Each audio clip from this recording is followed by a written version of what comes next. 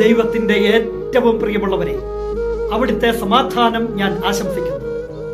ഇന്ന് കർത്താവ് നമുക്ക് നൽകുന്ന ദൂത് വിശുദ്ധ ലൂക്ക എഴുതിയ സുവിശേഷം 22-ാം അധ്യായം 19-ാം തിരുവചനം.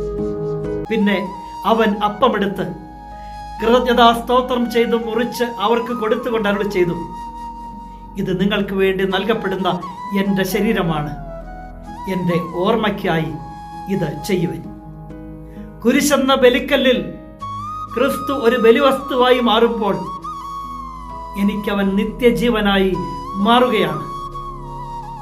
ഈ ദുഃഖവെള്ളിയിൽ ഞാൻ തിരിച്ചറിയുന്നു, കുരിശ് എൻ്റെ രക്ഷയെന്ന്. സ്നേഹത്തിനു വേണ്ടി ജീവൻ നൽകുന്നതിനേക്കാൾ വലിയ സ്നേഹമില്ലെന്ന് അന്നവൻ പറഞ്ഞു തന്ന ആ തിരക്കഥ ഈ ദുഃഖവെള്ളിയിൽ എൻ്റെ നെഞ്ചിലെ അഭ്രവാളിയിൽ കോറിയിടുന്ന സത്യമായി മാറുമ്പോൾ ഞാൻ തിരിച്ചറിയുന്നു, അവൻ എൻ്റെ രക്ഷകനെന്ന്. എനിക്ക് വേണ്ടി അവസാനത്തുള്ളി ചോരയും ചിന്തിയ പരിശുദ്ധനിൽ പരിശുദ്ധനെന്ന്.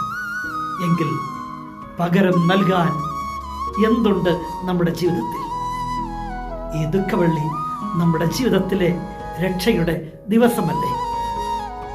സർവത്തിൻ്റെയും ഉടയവൻ എനിക്ക് വേണ്ടി യാഗമായി മാറിയ രക്ഷയുടെ സുദിനം. ആ തിരുവചനത്തോട് ചേർത്ത് വെച്ച് അവൻ പറയുന്നുണ്ട്, മറന്നു പോകല്ലേ എന്നെ എന്ന്. അതെ, എൻ്റെ ഓർമ്മയ്ക്കായി നിങ്ങളിത് ചെയ്യണമെന്ന്. മറക്കില്ല ഈ യാഗത്തെ. എന്നാളും ആ കുരിശോട് ചേർന്ന് നിൽക്കാനുള്ള കൃപ നൽകണമേ എന്ന് പ്രാർത്ഥിക്കാം. എല്ലാവർക്കും ദുഃഖവെള്ളിയുടെ പ്രാർത്ഥനാ നിർഭരമായ ആശംസകൾ.